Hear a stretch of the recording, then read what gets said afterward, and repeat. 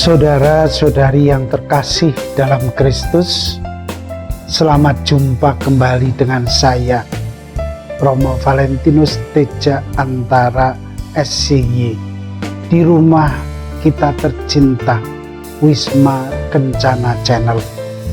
Semoga Anda semua dalam keadaan sehat dan berbahagia. Dalam tayangan video ini, saya mau menyampaikan katekese, pendalaman dan pengembangan dari hakikat perkawinan Katolik dengan menekankan apa yang dijanjikan dalam janji perkawinan. Mereka berdua telah dipersatukan menjadi satu daging dan tidak bisa diceraikan oleh manusia. Sungguh bersatu penuh seumur hidup, sehidup dan semati. Ini kekuatan sabda Tuhan yang setiap orang Kristiani hafal betul dan selalu memberi inspirasi dalam untung dan malang, di dalam suka dan duka, di waktu sehat dan sakit. Maka kita akan mendalami makna dari sabda yang seringkali menjadi kata kunci dalam perkawinan ini. Sebagaimana kita telah pahami bahwa perkawinan adalah suatu persekutuan hidup antara dua pribadi, seorang pria dan seorang wanita yang saling mengikat janji secara total. Total meliputi aspek psikologis, biologis, ekonomis, demi penyempurnaan dan perkembangan pribadi masing-masing dengan tujuan kebahagiaan, kesejahteraan, dan kelangsungan hidup manusia dan mendidik anak. Oleh karena itu perlu mengenal dan mengerti perbedaan karakter atau pribadi masing-masing supaya kita bisa mencapai tujuan tersebut. Pria dan wanita itu total berbeda, tidak ada kesamaan sedikit pun bila itu menyangkut karakter atau kepribadian mereka. Mereka berbeda total dan tidak mungkin dipersatukan. Menyingkat kata pengantar ini, marilah kita langsung ke topik pembahasan kita. Selamat menyaksikan sampai tuntas.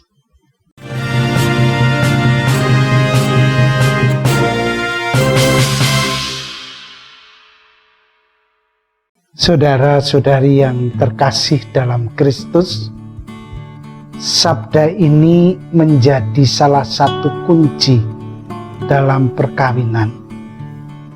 Kita dengarkan lagi sabdanya yang selalu kita dengarkan dalam sakramen perkawinan di gereja. Dalam Matius 19 ayat 5 dikatakan, dari sebab itu seorang pria akan meninggalkan ayah dan ibunya dan mengikat diri pada istrinya, sehingga mereka menjadi satu daging. Dan Yesus masih melanjutkan nanti, apa yang telah dipersatukan Allah tidak boleh diceraikan oleh manusia. Ada dua hal yang penting kita dalami di sini. Yang pertama, pria akan meninggalkan ayah dan ibunya. Yang kedua adalah mereka menjadi satu daging. Dan itu sabda Tuhan. Kita tinjau satu persatu. Pertama, meninggalkan ayah dan ibunya. Hal ini berarti hubungan dengan orang tua harus mulai berubah, tidak menggantungkan diri kepada mereka, melepaskan segala ketertarikan sebagai anak dan bersiap untuk menjadi keluarga yang baru. Secara batin dan nyata, berpisah dengan mereka dan menjadi mandiri, mampu berdiri di atas diri sendiri itu tidak gampang. Sekian lama dia di bawah bimbingan, perawatan, pemeliharaan orang tua, dan saat perkawinan itu harus berpisah. Tidak ada kelekatan emosional dan hukum lagi. Maka secara batiniah dan nyata mereka berpisah dengan orang tua dan menjadi mandiri.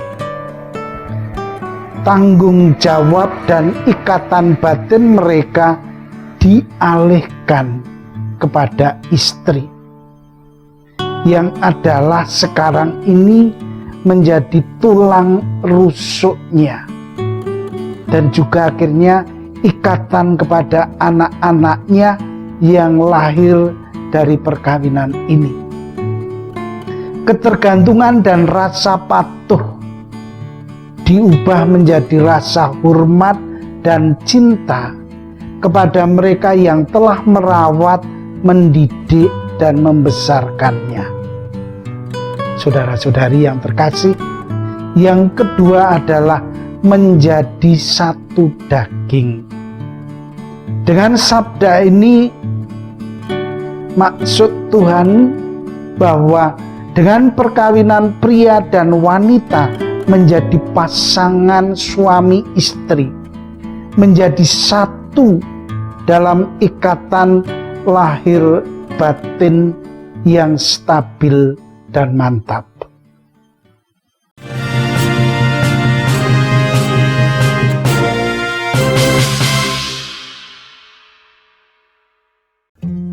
Kesatuan ini didasarkan pada kasih setia, cinta mereka berdua sebagai ikatan pemersatu.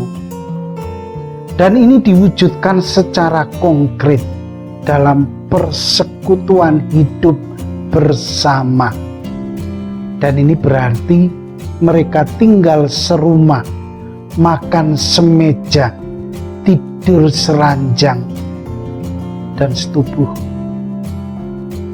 Suami istri saling mencintai dengan kasih sayang yang eksklusif, satu lawan satu, monogami untuk seumur hidup, tak terceraikan, tetapi juga dinamis, berkembang biak, yakni terbuka pada keturunan.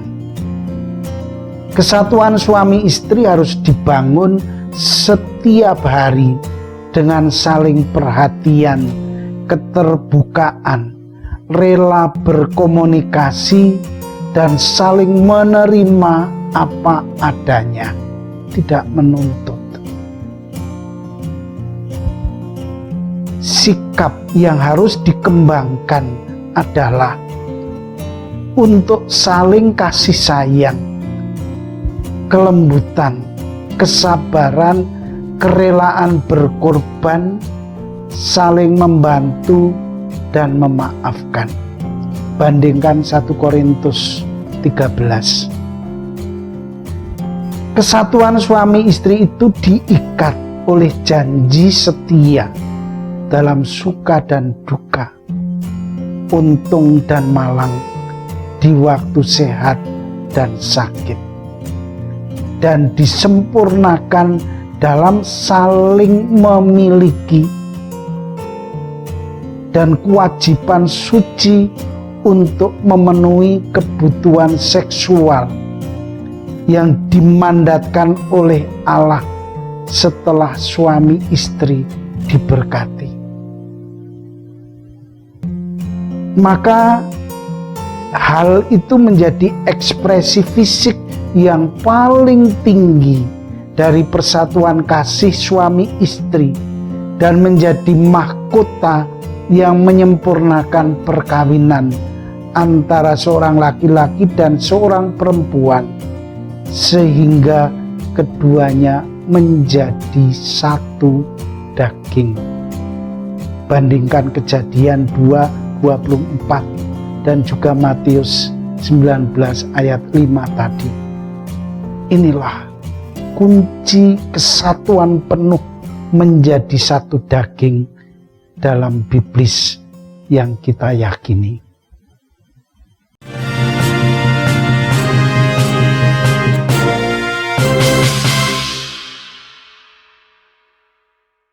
Saudara-saudari yang dikasihi Tuhan, inilah yang menjadi dasar dari apa yang sering kita katakan. Ketika anak sudah menikah, mempunyai keluarga, orang tua tidak boleh ikut mencampuri urusan rumah tangga anaknya. Tidak boleh mengatur ini dan itu dalam rumah tangga mereka. Mereka melepaskan ikatan itu dari segala anaknya. Mereka sudah mentas dalam bahasa Jawa dari orang tuanya, sudah keluar dari lingkungan keluarganya, membangun keluarga sendiri. Dan orang tua memberikan kebebasan yang seluas-luasnya kepada anaknya untuk belajar, mendirikan dan membangun rumah tangganya sendiri. Tugas orang tua sudah selesai. Biarlah mereka memulai dengan kekuatan yang telah Dia janjikan dalam perkawinan mereka. Relasi yang masih harus dibina adalah relasi cinta kasih terhadap anaknya, menantu dan cucu mereka. Membantu boleh, tetapi tidak ikut campur dalam urusan keluarga mereka. Itulah suatu yang indah dalam perkawinan Kristiani. Biarlah anak menjadi dewasa dan mandiri dengan keluarga yang mereka bangun. Orang tua yang baik memberi anaknya kesempatan untuk belajar menjadi keluarga yang mandiri dan dewasa. Kitab suci adalah dasarnya. Semoga demikianlah yang terjadi dalam keluarga Katolik. Berdasarkan pengalaman saya dalam pastoral keluarga, kalau orang tua itu ikut campur permasalahan keluarga anaknya, ujung-ujungnya rusak. Oleh karena itu, ini menjadi penting untuk disadari. Jadilah mertua yang baik. Jadilah orang tua yang sungguh membimbing anak-anaknya menjadi keluarga yang mandiri. Terima kasih atas kesempatan dan waktunya mengikuti tayangan video ini. Dan tidak lupa, terimalah salam saya. Vivat Cor Jesu per Cor Mariae. Hiduplah hati kudus Yesus melalui hati Bunda Maria. Amin.